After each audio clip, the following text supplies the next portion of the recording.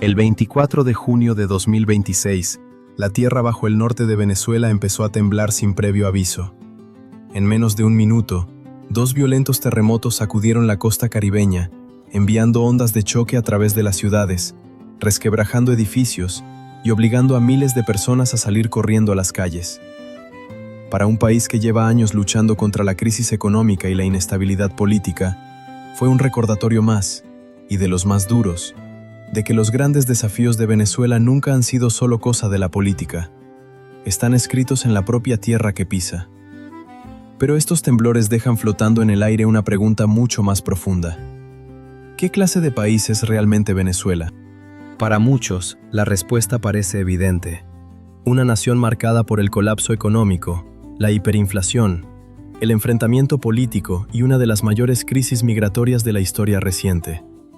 Pero eso no es más que el último capítulo de una historia mucho más larga, porque mucho antes de que Venezuela se convirtiera en símbolo de crisis, fue una tierra de una abundancia casi inimaginable, un país con las mayores reservas de petróleo probadas de todo el planeta, hogar de la catarata más alta del mundo, cuna de antiguas montañas en forma de mesa que llevan casi 2.000 millones de años en pie, y de selvas inmensas donde todavía hoy se siguen descubriendo especies nuevas.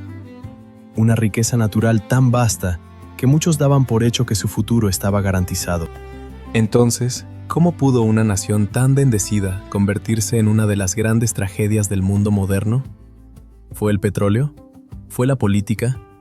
¿Fue la propia geografía? ¿O el destino de Venezuela fue moldeado por todo eso a la vez? Para entender la Venezuela que vemos hoy, hay que volver al principio de todo, a un paisaje más antiguo que la propia civilización, a las fuerzas que construyeron este país y a las decisiones que, siglos después, cambiarían para siempre su destino. Esta es la historia de Venezuela. Mucho antes de que Venezuela existiera como nación, antes de que se fundara la primera ciudad, antes de que el primer explorador cruzara el Caribe, la naturaleza ya había empezado a escribir su destino.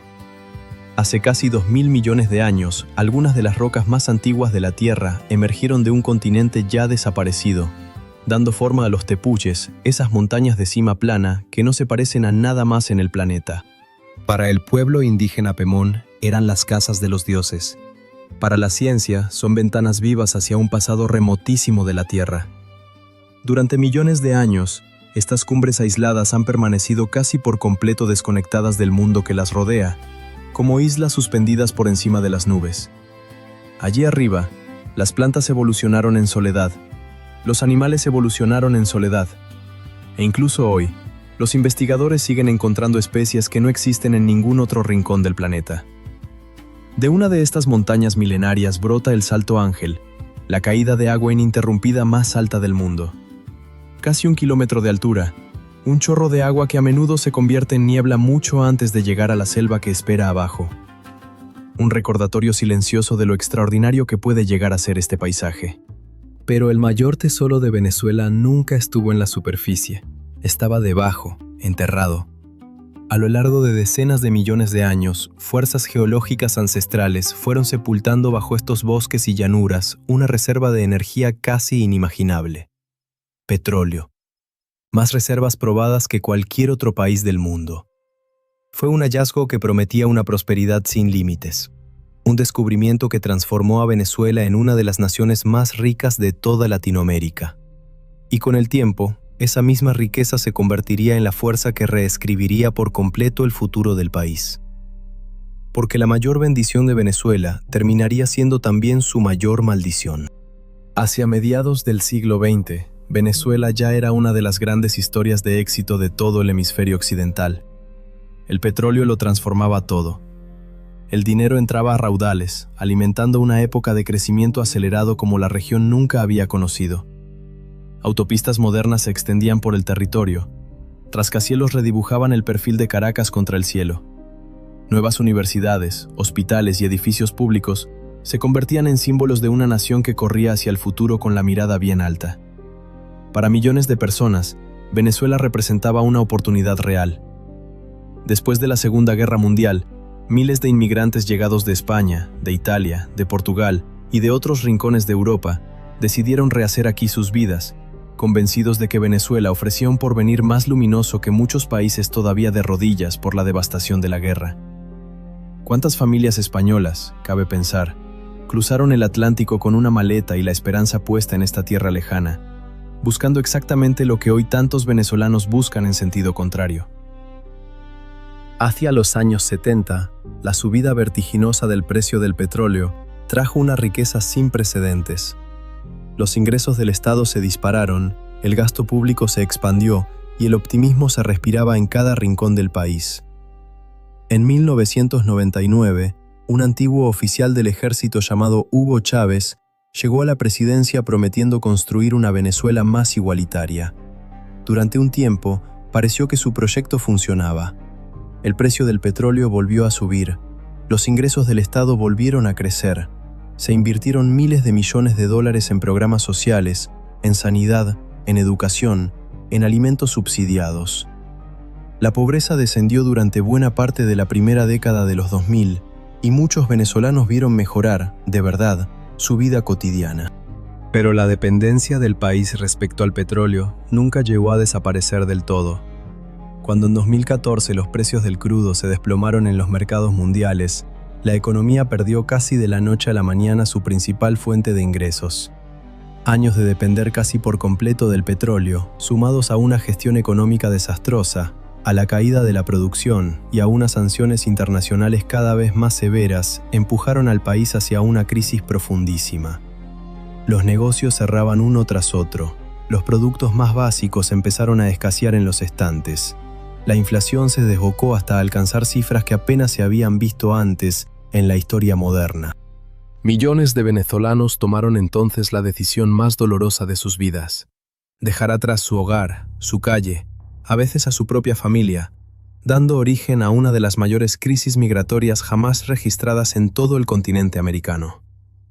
Es difícil no preguntarse qué se siente al cerrar la puerta de la casa donde uno creció, sabiendo que quizá no volverá a abrirla. Y sin embargo, la historia de Venezuela no se puede reducir a un solo líder ni a un solo acontecimiento.